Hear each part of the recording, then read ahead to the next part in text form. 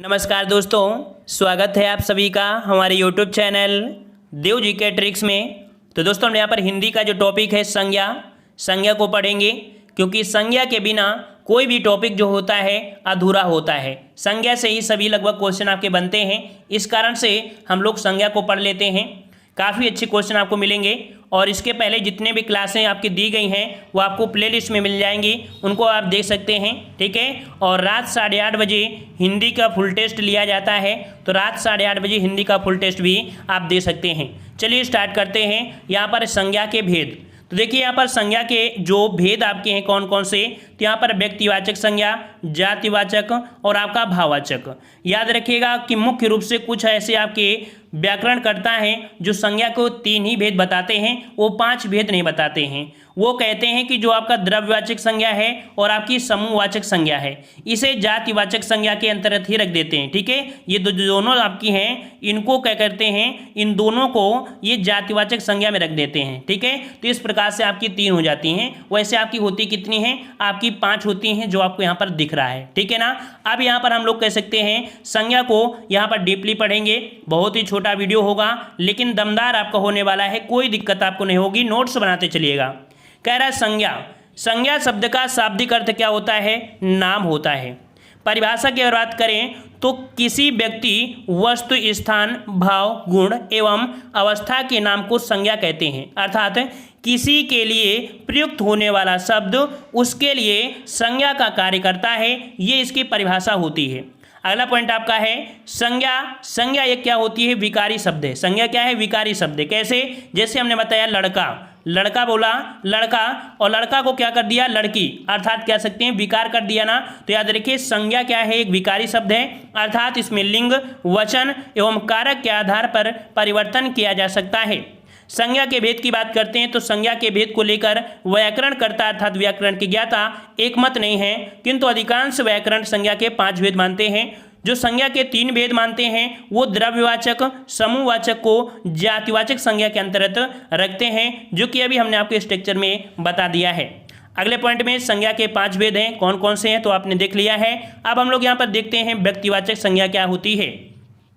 व्यक्तिवाचक संज्ञा ऐसे संज्ञा शब्द जो किसी एक व्यक्ति, वस्तु एवं स्थान का बोध कराते हैं, उन्हें व्यक्तिवाचक संज्ञा कहते हैं। जैसे सुनील क्या एक व्यक्ति है, भारत एक ही देश है ना। अगला है उत्तर दिशा, उत्तर एक ही है। भारतीय, राष्ट्रीय जात, मतलब कह सकते हैं भारतीय मतलब राष्ट्रीय जात हो गई। साइकिल कोई वस्तु हो गई। गंगा देखो नदी हो गई। काला सागर एक समुद्र हो गया। रामचरितमानस एक पुस्तक हो गई। देवनागरी एक लिपि हो गई। होली, दीपावली ये आपके त्यौहार हैं। तो ये जब सब होते हैं आपके क्या होते हैं, ये आपके व्यक्तिवाचक संज्ञा होते हैं। समझ में आ गया ना। उपयुक्त सभी किसी एक का ही बोध करा रहे हैं, इसलिए इन्हें व्यक्तिवाचक संज्ञा कहा जाता है। ठीक है, एक से अधिक आपके नहीं हो सकते हैं। याद रखिए व्यक्तिवाचक में सिर्फ एक चीज एक ही होगी, इससे ज्यादा आपकी नहीं हो सकती है। समझ में आ गया है ना, क्लियर है ना पूरी तरीके से। चलिए अगला पॉइंट आपसे पूछा गया है, कह रहा आपसे यहाँ पर कि उपयुक्त, नोट यहाँ पर याद रखिए कि कोई व्यक्ति या वस्तु तभी तक व्यक्तिवाचक संज्ञा रहता है जब तक किसी एक व्यक्ति एवं वस्तु का बोध कराता है। यदि इनका प्रयोग एक से अधिक के लिए किया गया हो तो ये शब्द समूहवाचक संज्ञा का बोध कराने लगेंगे। याद रहेगा ना। दूसरा पॉइंट आपका दिया है, ध्यान दें, दिशाओं के नाम, देशों के नाम, जैसे कि पाकिस्तान है ना, भारत पाकिस्तान, देशों के नाम दे दिया ना, देशों के नाम, तो भारत पाकिस्तान आदि। समुद्रों के नाम जैसे काला सागर, भूमध्य आदि। पुस्तकों एवं समाचार पत्रों के नाम रामायण, दैनिक जागरण। पर्वतों के नाम जैसे हिमालय, काराकोरम। दिनों महीनों के नाम जैसे सोमवार, जनवरी है ना। ऐतिहासिक युद्ध स्थल, घटनाओं के नाम, मतलब कह सकते हैं कि इसमें से पर्सनल किसी एक की बात की जाए है ना। जैसे पुस्तकें तो बहुत होती हैं, आप किसी रामायण की बात कर दिया, काला सागर की बात कर दिया, या दैनिक जागरण पत्र की बात करता है, या हिमालय पर्वत की बात करता है, तो ये जो आपके हैं पर देख सकते हैं राष्ट्रीय घटनाओं के नाम करते हैं। तो यहाँ पर देखिए भारत छोड़ो आंदोलन हो गया, सत्याग्रह आदि जो आपके हैं ये व्यक्तिवाचक संज्ञा के अंतर्गत ही आते हैं, क्योंकि ये एक ही होते हैं। ठीक है ना, समझ में आ गया। चलिए जातिवाचक को समझते हैं। जातिवाचक संज्ञा क्या है, जिन संज्ञा शब्दों से एक ही प्रकार की वस्तुओं अथवा व्यक्तियों का बोध हो उसे जातिवाचक संज्ञा कहते हैं। जैसे लड़का, अब देखो एक लड़का की तो बात नहीं कह रहा है, जातिवाचक में देखो लड़का, वकील, नदी। अब नदी में देखो बहुत कुछ हो सकती है, कौन सी नदी है तो बताया नहीं गया है। मनुष्य, कुत्ता, गाय, गांव, बकरी, नगर, पर्वत। अब देखो पर्वत बहुत होते हैं ना, हिमालय पर्वत, एंडीज पर्वत, लेकिन ये बोल दे कि हिमालय पर्वत तो व्यक्ति में हो जाएगा, लेकिन यहाँ पर पर्वत में बहुत होते हैं ना। सुंदर, गरीब, पहाड़, घर, लड़की, पशु, पक्षी, मंत्री, प्रोफेसर, राज्यपाल, ठीक है, प्रधानमंत्री, राष्ट्रपति, ठग, जुलाहा, तूफान, पुस्तक, ज्वालामुखी, वर्षा, कुर्सी, भूकंप, ये सभी आपके जातिवाचक में होते हैं, ठीक है। उपयुक्त सभी संज्ञा शब्द संपूर्ण जात का बोध करा रहे हैं, ये सभी आपके जातिवाचक संज्ञा के अंतर्गत आते हैं। जैसे लड़का, वकील, भूकंप आदि का नाम लेने पर ये किसी एक विशेष व्यक्ति का बोध न कराकर उसी संपूर्ण जात का बोध कराते हैं। यहाँ पर भी एक ध्यान देना है कि प्रशासनिक एवं राजनीतिक पदों के नाम, व्यवसायों के नाम, पशु पक्षियों के नाम, वस्तुओं के नाम, प्राकृतिक आपदाओं एवं तत्वों के नाम, मनुष्य जाति के प्रयुक्त नाम आदि जातिवाचक संज्ञा के अंतर्गत आते हैं। ये पॉइंट याद रखना है क्योंकि काफ़ी कंफ्यूज कर देता है कि राजनीतिक पद में भाई इसको क्या करें, है ना। जैसे राज्यपाल कह रही इसका राज्यपाल अलग है, उसका राज्यपाल अलग है, भाई अलग अलग बोला जाएगा तो फिर अलग होगा ना, लेकिन राज्यपाल शब्द दिया है तो ये तो कई राज्यों में होता है, इस कारण से। क्लियर हो गया।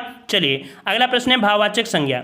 तो जिन संज्ञा शब्दों से व्यक्ति या वस्तु के गुण, धर्म, दशा अर्थात भाव आदि का बोध हो उसे हम लोग क्या बोलते हैं, भाववाचक। देखिए वस्तु के गुण, धर्म, दशा अर्थात भाव का बोध हो उसे भाववाचक संज्ञा कहते हैं।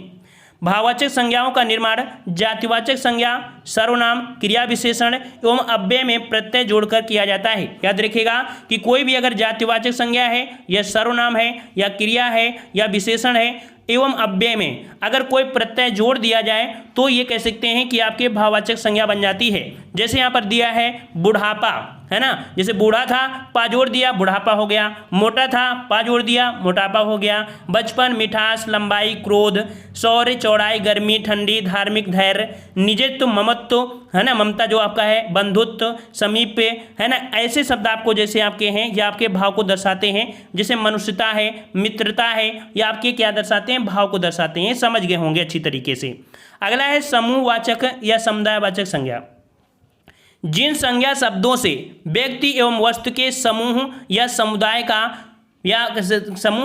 का बोध होता है। तो देखो अभी हमने बताया था कि जैसे कि आपकी जाति थी ना, जाति, वही तो आपको समूहवाचक में वही बताया जा रहा है ना, वही परिभाषा उसमें बताई जा रही है। जाति वाली परिभाषा किस में बताई जा रही है, समूह में। इसी कारण कहा जाता है कहीं ना कहीं जो समूह है वो जाति के अंतर्गत ही आ जाता है, ठीक है। अब समझिएगा उसे समूहवाचक या समुदायवाचक कहते हैं। जैसे कुंभ, सभा, परिषद, कक्षा, सेना, मंत्रिपरिषद, मंत्रिमंडल, पुस्तकालय, भीड़, दल, गिरोह, पुंज मतलब प्रकाश पुंज, ढेर, मंडल, घोंद अर्थात केले का घोंद होता है, केले का घोंद, ठीक है, गुच्छा मतलब अंगूर का गुच्छा, ठीक है। ये आपके समूहवाचक या समुदायवाचक में आपके आते हैं, ठीक है। अगला है द्रव्यवाचक संज्ञा। तो जिस संज्ञा शब्द से किसी धातु या द्रव्य का बोध होता है उसे द्रव्यवाचक संज्ञा कहते हैं।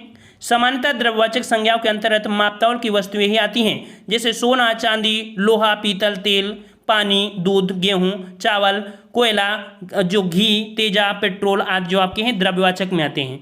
याद रखिएगा कि यहाँ पर ये चीज तो आपको दी हैं जिनको हम लोग तौल सकते हैं, है ना, लेकिन कुछ चीज़ें आपकी जैसे होती हैं वो द्रवावस्था में भी हो जाती हैं। जैसे कि मान लीजिए पानी है, पानी तो वो ठोस हो जाता है, बर्फ में होता है, बर्फ आपकी घुल जाती है, एक गैस भी बन जाती है, ये सभी आपकी द्रवावस्था में आएंगी, धुआं वगैरह वगैरह ये सब इसी में आ जाएंगे। क्लियर है ना। अच्छा, यहाँ पर दिया है व्युत्पत्ति के आधार पर संरचना के भेद। देखो वो तो आपका हो गया। अगर ये क्वेश्चन पूछे कि व्युत्पत्ति के आधार पर संज्ञा के भेद कितने होते हैं, तब आपको यहाँ पर बताना है कि आपके कितने भेद होते हैं। तो आपके 3 भेद होते हैं व्युत्पत्ति के आधार पर। कौन कौन से, तो रूढ़ संज्ञा कि जिन शब्दों के सार्थक खंड ना किए जा सके, अर्थात जिन शब्दों के खंड कोई सार्थक निश्चित आकार ना हो, ठीक है ना, मतलब अर्थ ना प्रकट करे, उन्हें रूढ़ संज्ञा कहते हैं, ठीक है। जैसे कमल, नाक, आज, कल, है ना, इनको अगर तोड़ेंगे भाई तो कोई मतलब निकलेगा। जैसे आपका कमल है, कमल में देखो का, मा, ला के रूप में कर दिया जाए तो इनका कोई सार्थक अर्थ निकलेगा, नहीं निकलेगा, अर्थात कमल क्या है, एक रूढ़ शब्द है।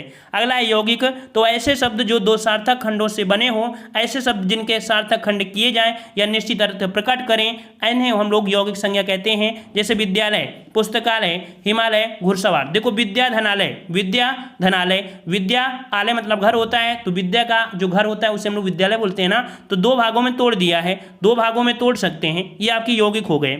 वहीं पर आपकी योग रूढ़ संज्ञा कि ऐसे शब्द जो यौगिक तो होते हैं किंतु अपने सामान्य अर्थ को ना प्रकट करके किसी परंपरा से विशेष अर्थ को प्रकट करते हैं, उन्हें योग रूढ़ संज्ञा कहते हैं। जैसे आपका पंकज, जलज, लंबोदर, चक्रपाण, ये एक विशेष अर्थ आपको बता रहे हैं, तो आपकी योग रूढ़ आपके हो गया, और हमने इसको और भी पढ़ाया था आपको पहले भी। तो इस प्रकार से यह संज्ञा भी कंप्लीट होती है। बहुत ही कम समय में आपको यहाँ पर पूरा का पूरा संज्ञा समझाने का प्रयास किया है।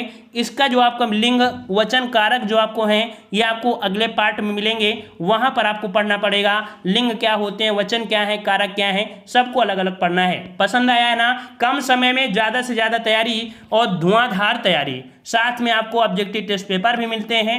ऐसा हिंदी आपको कह सकते हैं कि एक अच्छे शिखर तक आपको ले जा सकती है। ठीक है, सभी लोग वीडियो को लाइक करें, चैनल को भी सब्सक्राइब करें, एक दोस्त को जरूर शेयर करें। जय हिंद, सभी को राधे राधे, राधे राधे।